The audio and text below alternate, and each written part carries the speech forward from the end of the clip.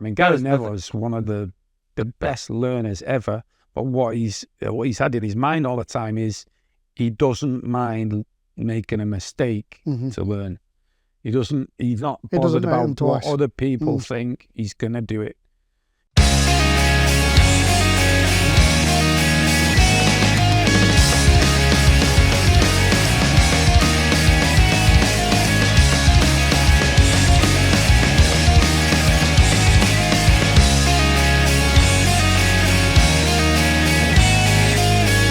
Welcome to another episode of Eye on the Ball. This week we're going to talk about winning and how leadership and culture promotes that, facilitates it, affects it. Again, I'm joined by Mike Phelan and Paul McGuinness, and we're at the home dressing room at Burnley Football Club. Thanks very much to Burnley Football Club in the community, our partner, for supplying this for us. So winning, you two guys spent most of your working lives at Manchester United Football Club. Just openly, really, what's a winning culture, Paul? What does winning look like at ground level amongst the people in the workforce? I think one of the biggest things is standards, setting standards for everything you do, from the smallest things in behaviour to, how do you win your own duel, your own battle.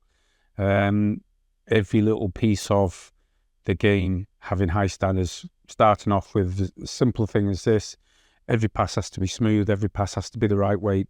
Now, if you get that, the next connection for you means that you can look over your shoulder before the ball comes, because it's coming smooth. That means you can get your first touch to the right place because you already know what the next thing's happening. You've already made a connection with the next player. The next player can get the timing to make their runs for the next, and so on. All those connections come from high standards. You could call all that detail and timing. So timing is important in football. Being ready for the meeting, being ready for the bus, high standards in all those things all add up. Communication skills a lot. Mike, coming to yourself, looking at your career, you've won everywhere you've been. At Burnley, you won what was now League One. At Norwich, you won the Championship. At Manchester United, you won the Premier League. You took that to European levels and world levels. So you lived a life of this, really. What's your experience of it? Well, winning just doesn't happen overnight. It's an accumulation of a lot of good habits, good standards, as Paul just mentioned, and it's creating that culture of everybody buys into the same project that you're going on and that journey you're going on, and that's got to be the mentality to succeed. Now, sometimes that's not winning the cup, it's not winning the league, but you can succeed in a lot of other areas by creating a great working atmosphere. You can be the best and win your personal challenges, your personal battles, both within football and outside of football. So having that strong connection, strong mentality to be a winner individually and collectively takes time. It takes time to build that. It takes the right characters to build that. And I think that's a really important objective when you're trying to achieve something. Yourself personally, you won quite quickly at Burnley and then moved on to Norwich. What were you demanding of yourself? Is there anything that you're taking from one place to the next? Is there anything that you've inherited from your own background, your family? You take on success, really, because once you've had it, once you've tasted it and smelt it, you want more of it, because it's the best feeling ever. Winning is a great feeling. And that can be, playing cards or playing tiddlywinks. You want to win. You get into that mentality of, what is the objective? The objective is it to participate? Yes. But when participation takes you to the next level, it's about winning and feeling the win and then enjoying the win, and then also understanding how hard it was to get there. Because ultimately, people, supporters, we all see the winning game, or we see the winning of the cup, but we don't see what the preparation's gone into that, and you're gradually winning bit by bit over that period of time to get to that one specific moment. And I think leaving Burnley from a winning point of view to going to Norwich and enhancing that, to then going from Norwich to Man United, which is a completely different level than both of those clubs, I'd already had the background of winning in order to understand what it looked like. But when you do it at the top end, it's unbelievable. It's a feeling like no other, and you do want to do it all over again. Paul, your father, double First Division title winner with Manchester United. He was a winner. You're his son. You went on to work at Manchester United. Anything that you took from your dad in the early years that sort of helped you grow into what you became? Lots of things, yeah. When you talk about winner, we used to play head tennis on the drive at home. We used to play table tennis rules, first to 21. He used to beat me 21-0, 21-0, 21-0. He never gave me a point, and he would even go, chalk dust, it's in, things like that. And he'd cheat. He would. And then what he'd do is sledge me as well. So it'd be 21-21, third set, 20-0, and he'd go, ooh, it's coming on your left foot. This is not so good, that left foot. Right? That's what he liked. He had some win. He never gave me anything in that sense. And it's like, it prepared you for football, because that's what it's like. They're going to do anything to get the win.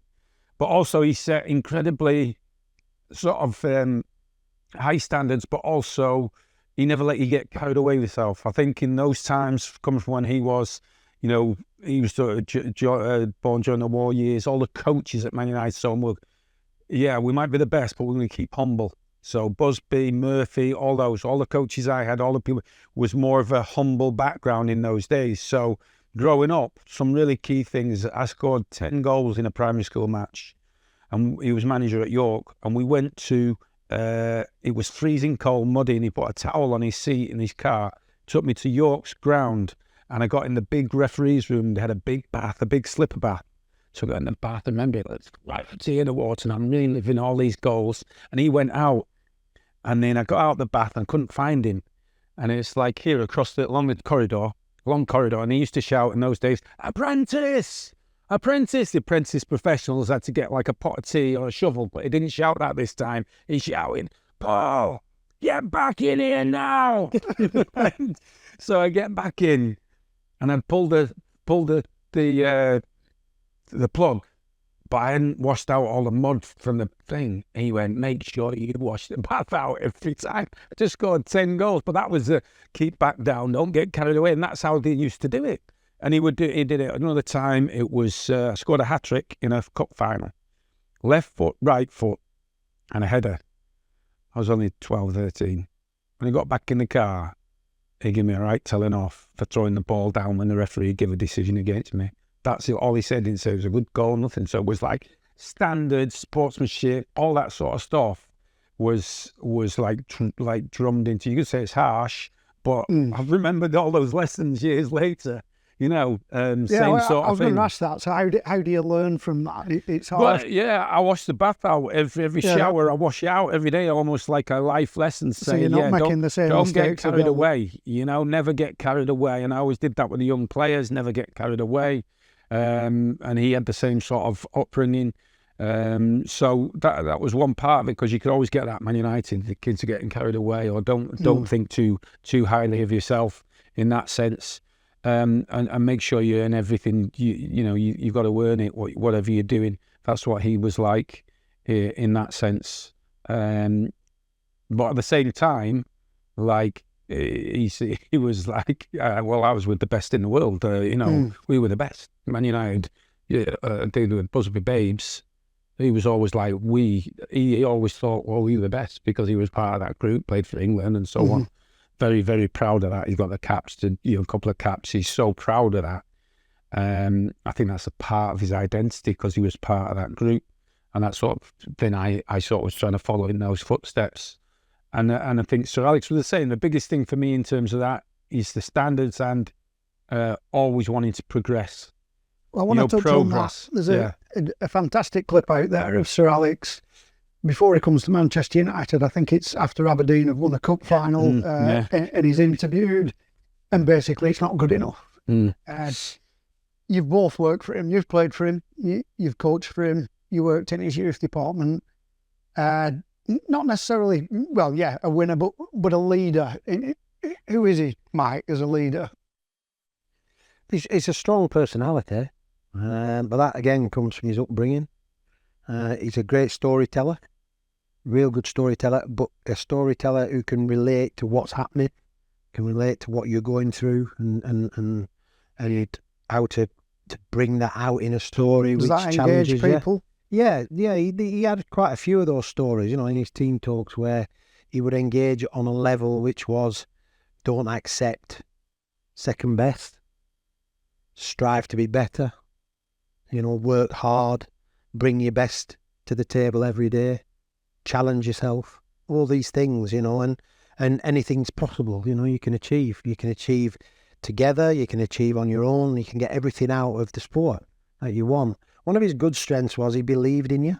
He'd chosen you. You were part of his choice. You were a player that he brought in, and he wanted you to bring your best self all the time because he believed in that.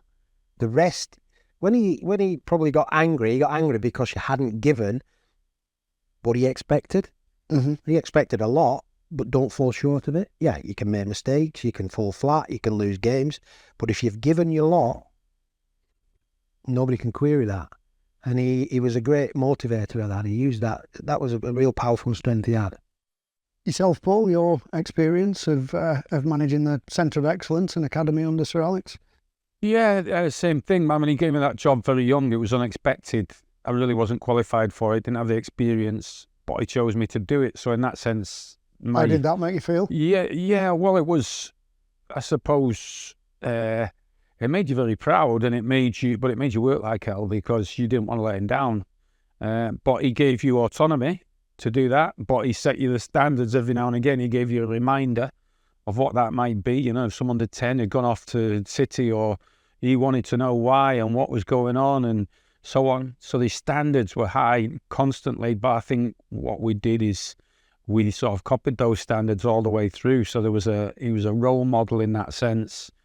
But like I said, he did give you autonomy, but he was always after the next thing, progress. There was no standing by and saying, well, look how well we've done here. Remember coming back after he won the league one time, I don't know why, but I had to drive him from the cliff over to Old Trafford and all the way in the car. He was on the phone to agents trying to get the players for the next season, and it was the day after the league, they'd won the league. And progress. There's a great book by, or as a research, Teresa Amabiel's a researcher in America, and I read it all. It was all about businesses, and they'd looked up, what made a successful business, and the biggest motivator is progress. And he was always on to the next thing. But within it, it talks about catalysts to your progress. So if your department's that, your department's that, yeah. Well, catalyst as people? He's catalyst in terms of his behaviour towards you, or to give you the resources to do it, or would he give you the support or the help? Now, in that sense, he was the biggest catalyst all over the club, because he was involved with everybody. An amazing way to be able to go from the youth to the first team, to the media, to the whatever. And each one he was given a lift to, a catalyst. Yeah. He was... he was helping the scouts. He was helping you get the job done. He was a great facilitator in a way. Yeah, I was just going to ask that. Because a lot of the time, there's certain positions within that environment, it depends how much clout you've got, really, is to get things done. But ultimately, he had it. He was the go-to guy to get things done. And if you could explain what you wanted it for, how you saw it, how could it be used, if he bought into that and he saw that, he would go all out to make sure you got that resource. And he would, he'd argue your corner now and again to get it done, but he made sure that once you got it, you used it. It wasn't just there to sit on the table. No, you want this. This is where it's going to improve the team. It's going to improve the players. It's going to improve the club. That's what we go for. And he did that in his selection of people as well, I think. He was quite a guy that wanted energy. He fed off energy, other people's energy sometimes. So, he'd employ all sorts of people that could make him the best manager going forward all the time. And that was great because people like Paul, myself, we had this ability to be ourselves within the confines of the standard that was there already. And I think that gave us the longevity to work at things. And that's important in football, is having the time, which is pretty irrelevant now in the game at that level. But time still is the best thing to have. Well, the work he put into that was phenomenal, right? He must have done thousands of Christmas cards. Everybody got a bottle of wine and thing, and the effect on your family when you got that bottle of wine and you put that on their table for Christmas, you go, this one will be all right. They'll give us a bit of that. Yeah. It was, and it's a small thing, but when he spread it around a lot of people, he understood the power of that, and that would be a catalyst, in that. Yeah, that's just giving you a little reminder of it, and then all the parties for the staff, bring the wives at Christmas and everything. At first he didn't, and they were quite tense affairs sometimes because there was games coming up, and then he must have realised, get the wives involved, and that was like, we know they're away a lot, they're working a lot, but this is a treat for you. So it's like it was building. So they start to believe it's in like it a as snowball. well. And It was very understanding of that, to be honest, because there were plenty of times when it is intense and you're on the road all the time and you're in doing your work all the time, and if you're successful, it's non-stop, so you're on the treadmill. But he never forgot the bit behind it, how important that was, and his small rewards in a way were those little collective things. Let's go out let's go out for a Christmas party, or let's just have a sing song sometimes, and as a team, let's play quizzes, these types. And it just galvanised people that there was a point to all this further down the line, that we talk about the team behind the team, but there's another team, which is your family, which is vitally important to you when you're doing the job you're doing. You talked there, Paul, about the business book that you'd read and innovation, driving things forward. You were in the system. We look at the modern game now, and there's an interdisciplinary team with lots of contributing factors and disciplines. Back 20, 25 years, you had a sleep coach, you had an eye coach, you had a psychologist, you had a fitness coach. I remember speaking to some of the lads. Eric Harrison used to wheel the TV out with the VHS tapes and sort of roll them back and watch that and then rewind it again. So innovation and technology was going on then, 25 years ago under Sir Alex.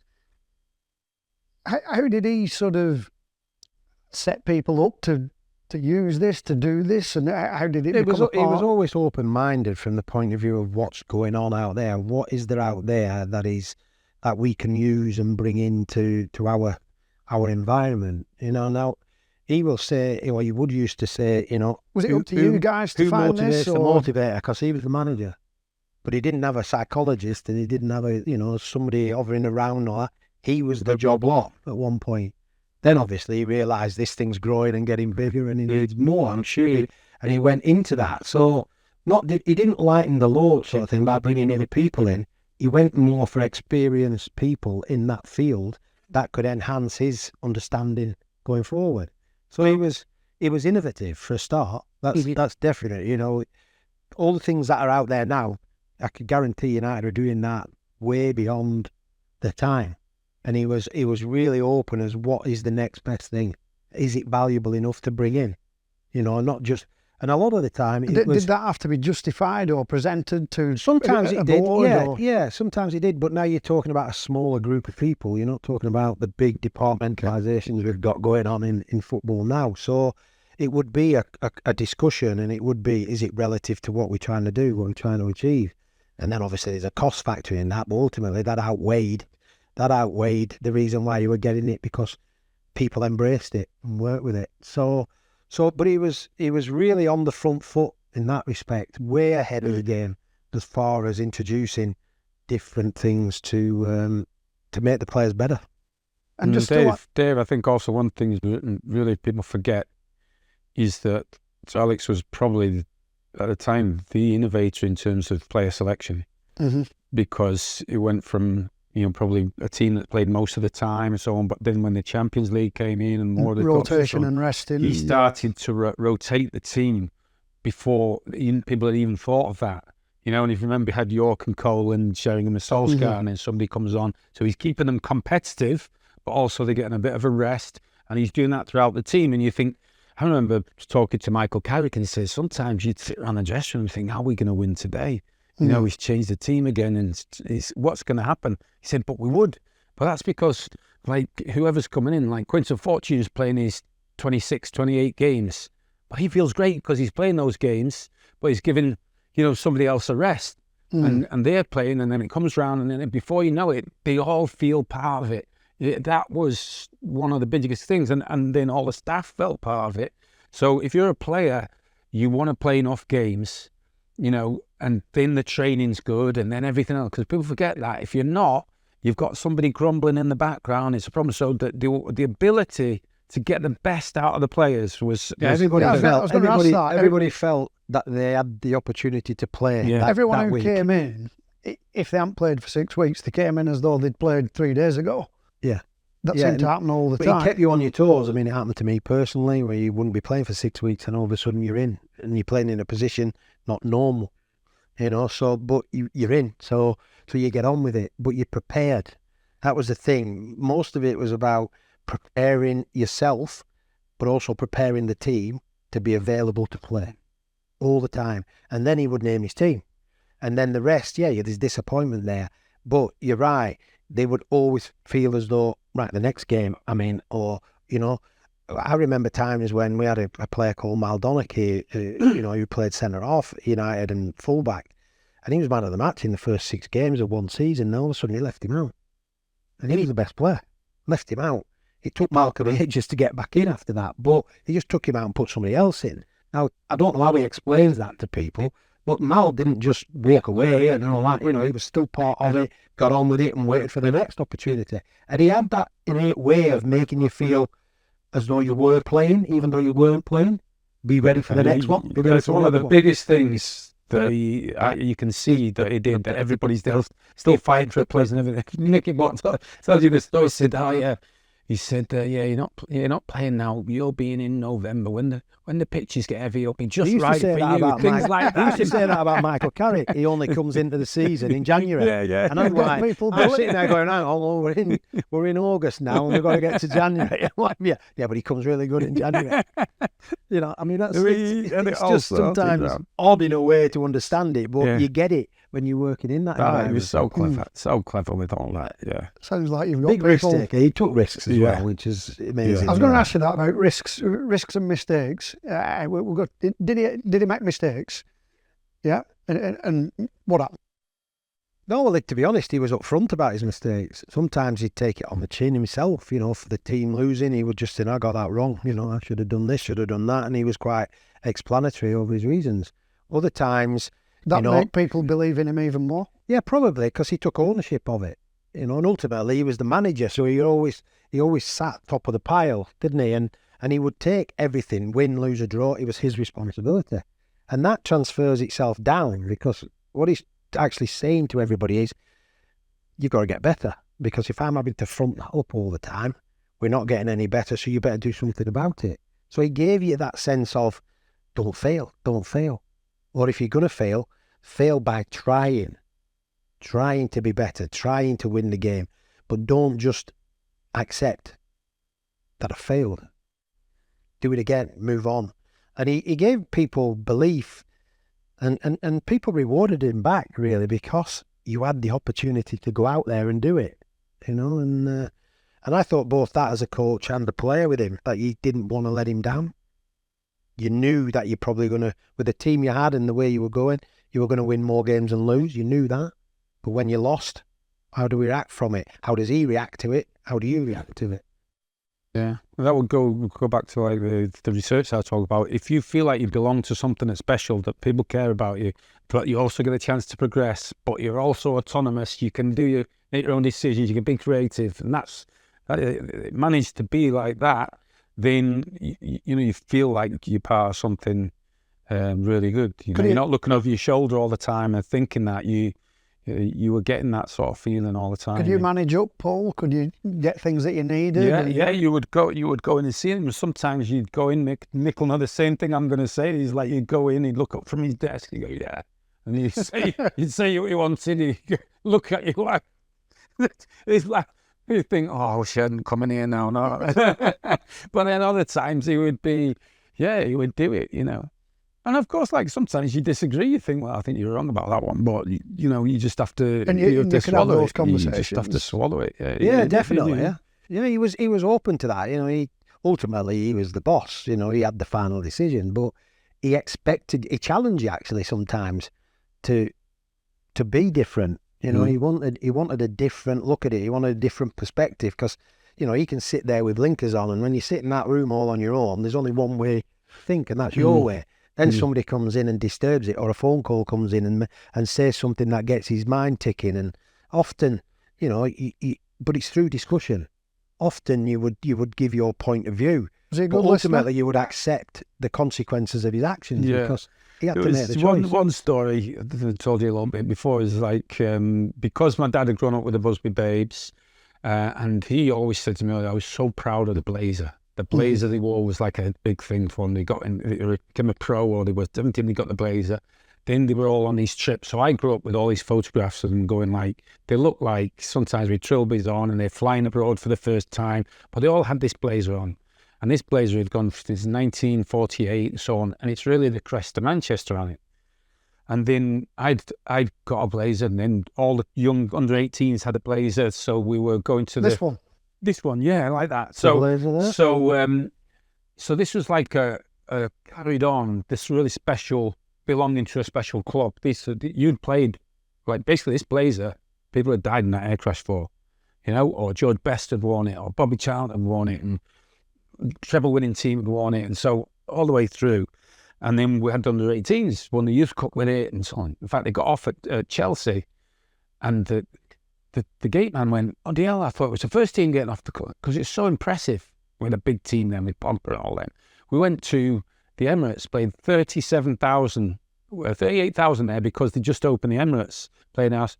And Liam Brady said, we've done us there with those blazers because they look so good. Go to airports with them. So anyway, there was a commercial department trying to get rid of the blazer and put on like just the crest, the United crest.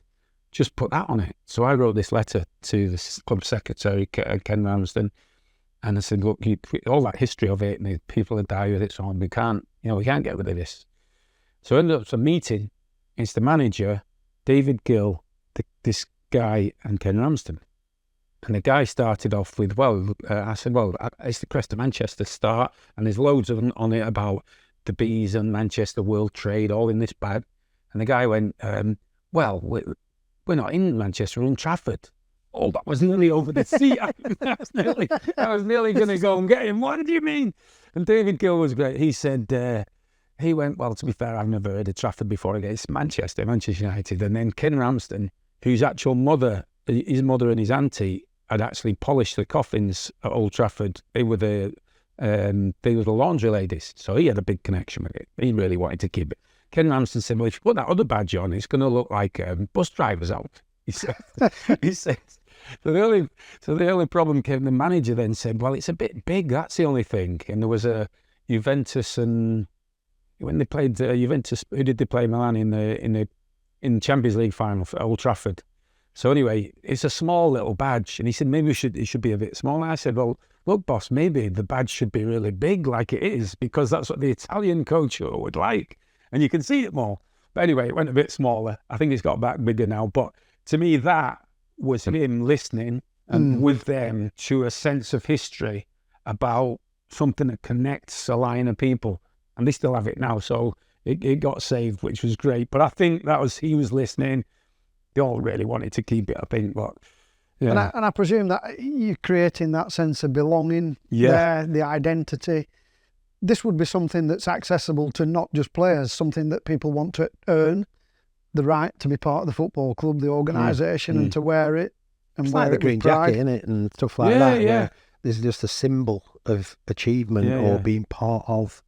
That's what I would do, Mick. As they come, any star players after August, whenever the thing, then I'd get whoever in, Robbo or all that, present them with their, and go through the history of it. Go through the history of it, because it's like any club. I think Stockport do something really nice now. They've given retrospectively a special cap, Stockport County cap, for people who've had 100, 200, 300, 400 every century for playing there. And it's a great idea, because if you're at a club for a long time, and then you get that as a recognition. That sort of thing, I think, in sports clubs is really, really special, yeah. Changing tact a bit here from sort of Sir Alex and leadership, I've written down some names here. Alex Ferguson's actually at the front. Ryan Giggs, David Beckham, Gary Neville, Ruud van Nistelrooy, Nemanja Vidic, Cristiano Ronaldo, Patrice Evra. Winners, serial winners. Some of them winners across different countries as well, different times, but repeatedly doing it. Who are those people? Is there anything, any common traits, or are there multiple traits across them? What do these people bring to a working environment and a training ground? Standards, you talked about standards. Yeah, standards is one thing, but they bring with them this idea of there's more to give. I can give more. I want to do more. You know, some of them you've named there, they were winners before, but they want to carry on winning. They don't want to just be satisfied. They were never satisfied. And when you bring that into an environment that's challenging and is progressive and is forward thinking, you've got half the battle won by having those people in and around you, because they become the challengers. They challenge you to deliver for them. So they're challenging up. So they're challenging up. They're challenging up the chain, and they're challenging the coaches to give them the ingredients to make them champions. Do they challenge Repeated across champions. and down to the youth as well? Are they inspiring them, or are they challenging the youth to get? Well, you see that better? if you look at the progress, the steps. I would be in charge of the under 12 to under 16 coaching, evening coaching when it was at the Cliff.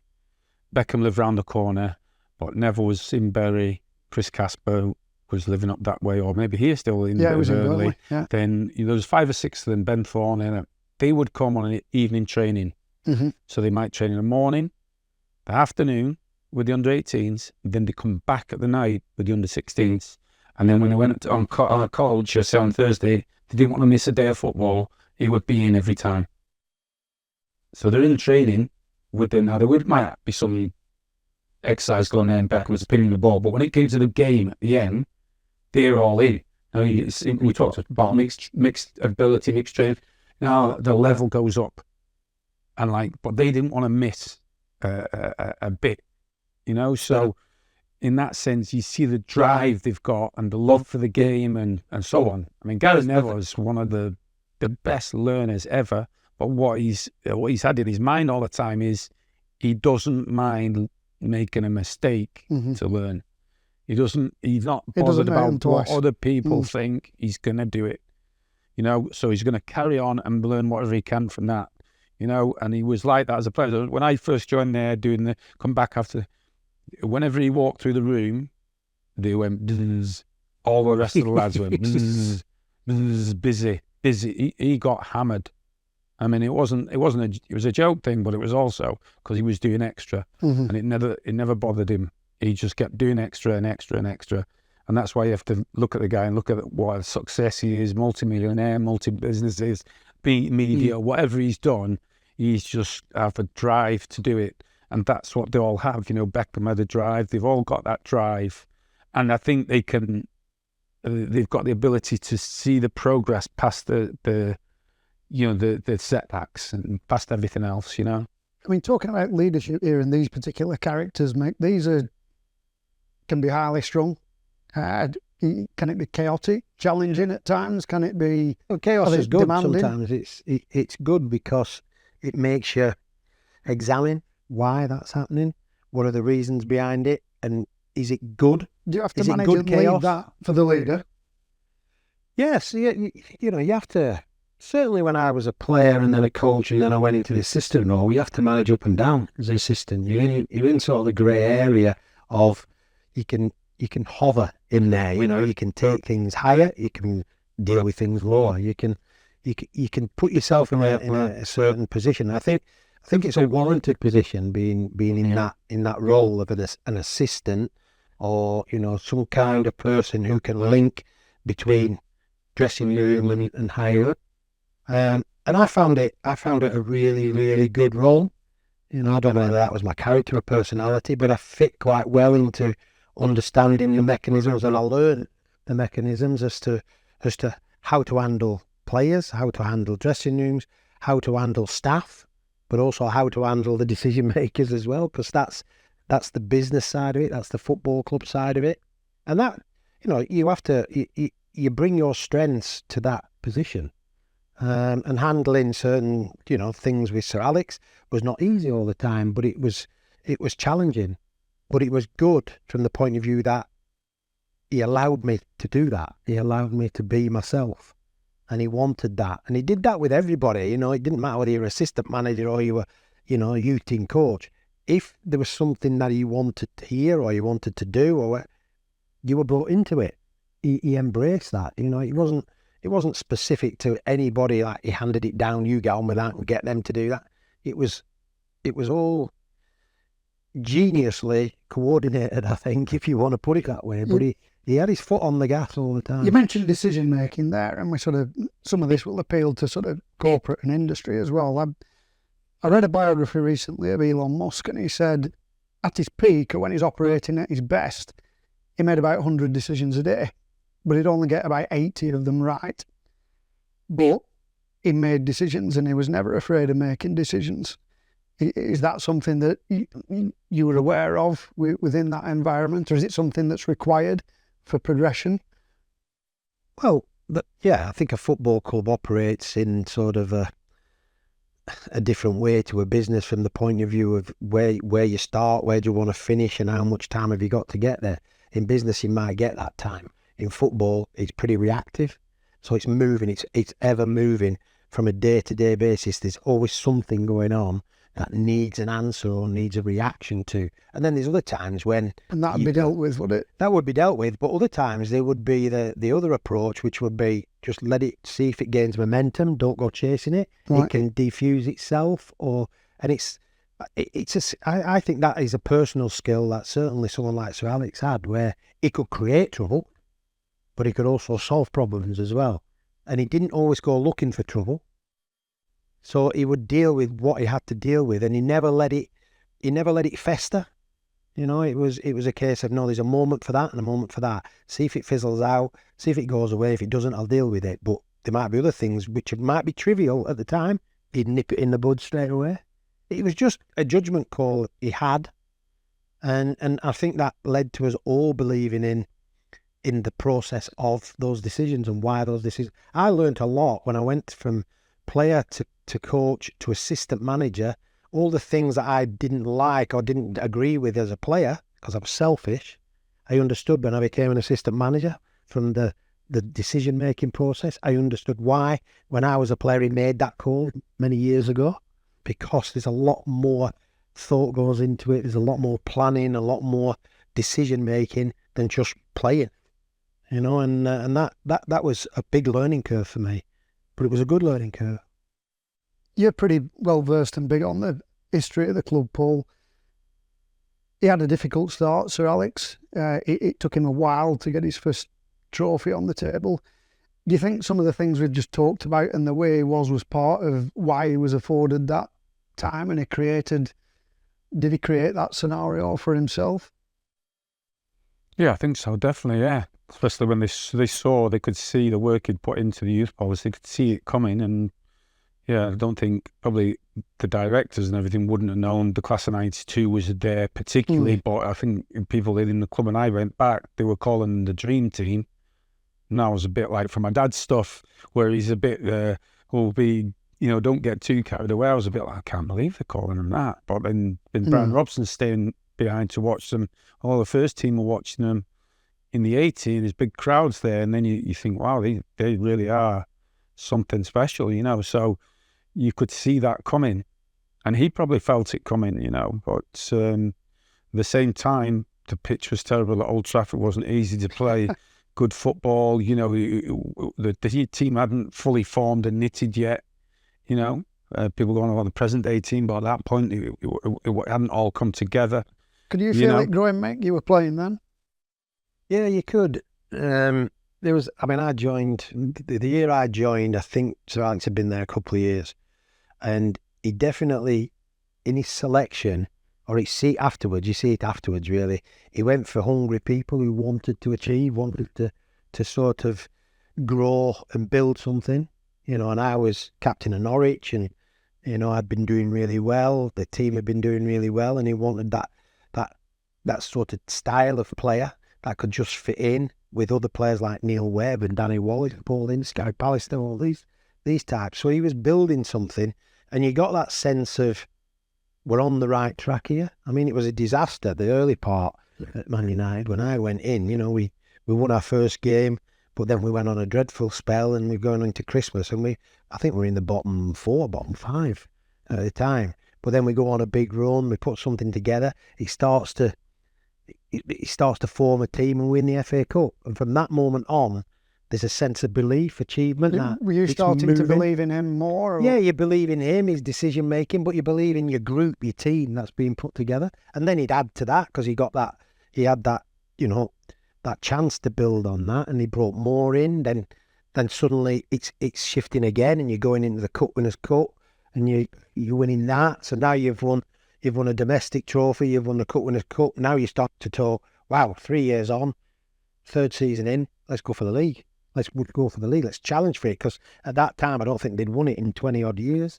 So all that belief starts to grow, and then you're challenging, and sometimes you're achieving, sometimes you're not.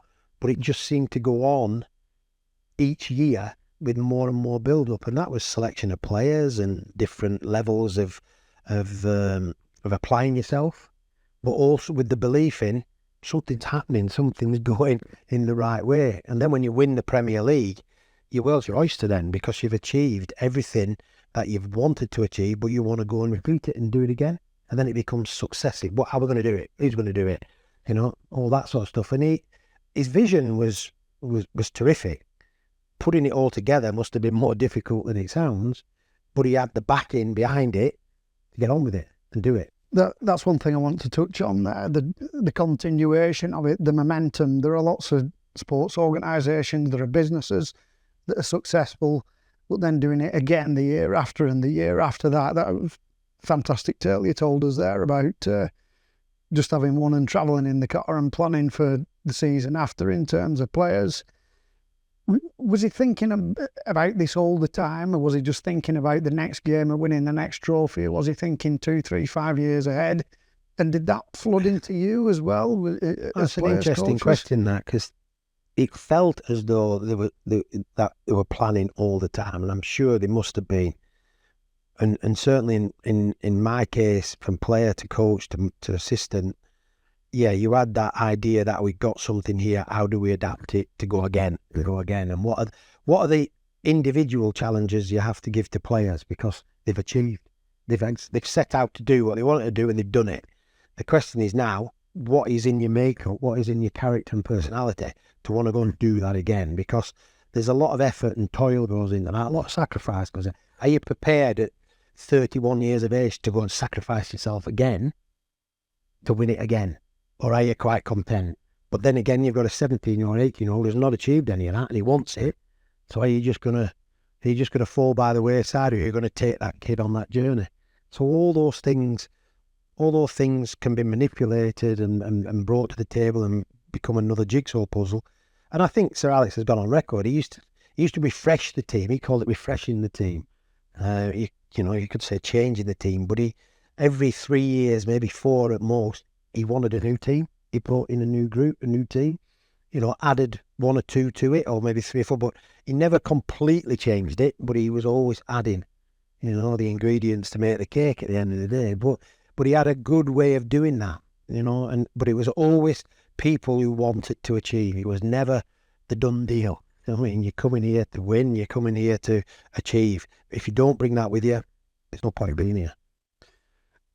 We've talked, I've been fortunate enough to work with you at times, and you talk about not just players, this can be staff as well. And we'll talk about Manchester United, but this could be other businesses as well. You're good enough, you've got the skills, you've got the CV, but can you handle Manchester United? In business, that could be top dollar in IT. Can you handle Google? What do we mean by that? I think is it the pressure? Is it the... expectation. I never really saw it as pressure. I must admit, it was because I was involved in something In that I fact, just really on wanted that, to I'll be involved interject. in. Jude Bellingham was interviewed the other week, and they asked him the same about Madrid and the pressure, and he said, "I see the pressure as a privilege, Yeah, not a burden." there is that, but I just saw it as I was doing something that I wanted to do, and I wanted to enjoy doing it. I didn't just want to go through the motions and just accept things. I wanted to enjoy what I was doing. I wanted to go in every day and enjoy my job. And I got that satisfaction in Burnley, in Norwich, certainly at Man United. And it was a privilege to be one of those people in there, but it was a responsibility as well. But I didn't feel it as a pressure. I never felt as though I was under pressure. I was fearful of not being able to go in tomorrow. That's what I probably was. But I was never under pressure. Fear. Yeah, it was a fear of I'm doing everything. I've got to keep doing everything. I've got to give my best. I've got to be there. I don't want to miss a minute. And that was because I didn't want to let anybody else down, because that was part of what we did. We were all entwined to succeed, and that came from the top. So it was a case of I'm doing something I'm really enjoying here. So the pressure of winning, no, I never felt that because I wanted to win. I never felt the pressure of losing because I knew losing was part of winning. So I just accepted the both, and I was lucky enough, and probably really lucky enough to win more games and lose games. And have better Saturday nights than most football managers and coaches do. When we played Saturdays, of course, now we play every day of the week. But that was really my drive, was just to be consistent, stay level. So Paul talked a bit about that. Stay level. You win, great. You lose, not so good. But don't be here and don't be there. Be somewhere in the middle. And yourself, Paul, throughout your coaching career, you've got better and better and better over the years, just like Mark as a player. How did you do that? Didn't similar type of feelings as Meg, your own sort of personal pride and desire to not be there? Or Yeah, I think so. I think it was like, that's the way I was brought up by my dad, always trying to be better, but don't get above yourself. But also, there's a lot of us there had a big feeling for Man United. So when Mick come back as a coach, he'd been a player. Brian McClare come back as a player, but we had quite a few people been through the youth policy, so you're already grown up with that. Does that make the identity stronger? When you certainly grow up, and I'd grown up, it's almost like my family through my dad. Then you had Tony Whelan, John Cook, Danny Keogh, Mark Dempsey, Tommy O'Neill, Arthur Albertson at some point. They all played in the youth teams. Dave Ryan, a lot of people who'd been through it. Nicky Butt came back, people like that. So you've got that feeling already for the club. I suppose what he was also clever at, the manager said something challenge you, get better. He brought in some people who, I suppose we'd die for United, all those sort of people. But then he brought in Rennie Mullenstein. Now, Rennie coming right out of nowhere. Rennie's like Carlos as well. Carlos, but Rennie for the youth system was like bringing in Ronaldo. He's a complete individualist. He's on his own. He's going to do individual technical skills, and he was unbelievable. He was like a shooting star because you knew he was that ambitious. He's going to end up as a manager or do something. But for the time he was with us, he made such an impact. But we were the steady guys underneath who were going to do that, But that's what you need. You need a mix, don't you? Because Ronaldo added to the first team, and Rennie had such an effect on the youth, on a lot of kids. So it's that shaking up and refreshing of the environment. He was a great effect. You just sort of knew he was not going to last long because he was definitely ambitious to go further. But we learned so much, that was added on to what we were doing. But that was the manager wanted to be better again, and it challenged us, like you say, challenged us all to get better because we had someone new in, Yeah. So, made it all exciting. There's never a point where it wasn't exciting. It was always exciting, And the other thing is, I think part of what happened was what happened with the youth made the dominance of the first team even more, I suppose, sickening for everybody else because it's the reserve team won the league, the youth team. There's about 1 year all the teams won the league as well, and it's like, it's not going to happen forever, but it's like, wow. And then these young players are going off to other clubs, and really they were like ambassadors for the club because they were going on loan and doing well, and either getting sold or making money. So, or going in the first team. So they were like, if you look around, there's loads of them all over the place. Yeah, in a sense, you know. Superb. Some top quality information there in terms of winning a culture. Unbelievable input. I'm sure there'll be much more in future episodes. To close off, just going to ask you a couple of quick fire questions, both of you. The player or person with the most or strongest winning mentality that you came across. You can only have one.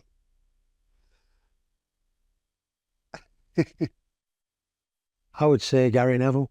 Gary Neville, why? Because he was a winner and he just wanted to improve and win. He wanted to be the best he possibly could be with the ability that he had. Paul? Oh, you could go. Well, obviously, the manager's the one because Can only have one. he's the manager. The manager is the one who like it just made everybody else. Without him, it wouldn't have happened. There's no chance. Absolutely no chance. It could have happened in the same way. So that infected everybody else. You know, was he's near genius. The things he did. Yeah. And one more. The best winning feeling that you've had at the football club. What, a winning moment or? Yeah, a moment, a title, a trophy, a cup, an incident. What was it through that dynasty that made you feel the best? Oh, winning the cup, the Premier League. The Premier League. Your domestic title is the one that you strive for all the time. The cups are traditional, and you know they sometimes apply themselves in you go round in circles sometimes, but to win your domestic league at any time is the ultimate prize, really. And then obviously when Europe came in, you move on to that, but ultimately you set out to be the best you can be. You're getting greedy now, you can only have one. Premier League, or in my day it was just winning your championship. Paul, a youth cup or a player or something like that? Well, funny, I remember Brian McClare asking me this after we won the youth cup. And that had been a big ambition because my dad won 3, you know, and he's forever telling it, you know what I mean? So it's just Not letting that go. So, but I said to Brian, no, it's not. You can't beat that treble. The treble was, I was like an out-of-body experience. You know, people say, what's it like? I had no idea what drugs are like, but that must have been what it was like. It was just the build-up to it all. You win the first one, you win the second one, and then you're there. And then everybody's just stopped, and you think it's going to win it in extra time. We're going to win it in extra time. And they would win it. You know what I mean? And three daft things there. Sticking in mind, the seats didn't tip up, right? So all the wives, girlfriends, the office girls, and all that, everybody's jumping up in the air, and everybody's going mad. And the next day, they all walked round. All the women had bruises there on their thing because they'd all been jumping up and down on the thing. Yeah. But it was, that's not the most memorable word. But just the feeling of it, to win that treble. That's momentous. Go all the way through. Comes across in you both. Winning, yeah. You can't beat it. Thanks again. Another fantastic episode. If you want to see more, don't forget to subscribe. And thanks again to Burnley Football Club in the community for hosting us.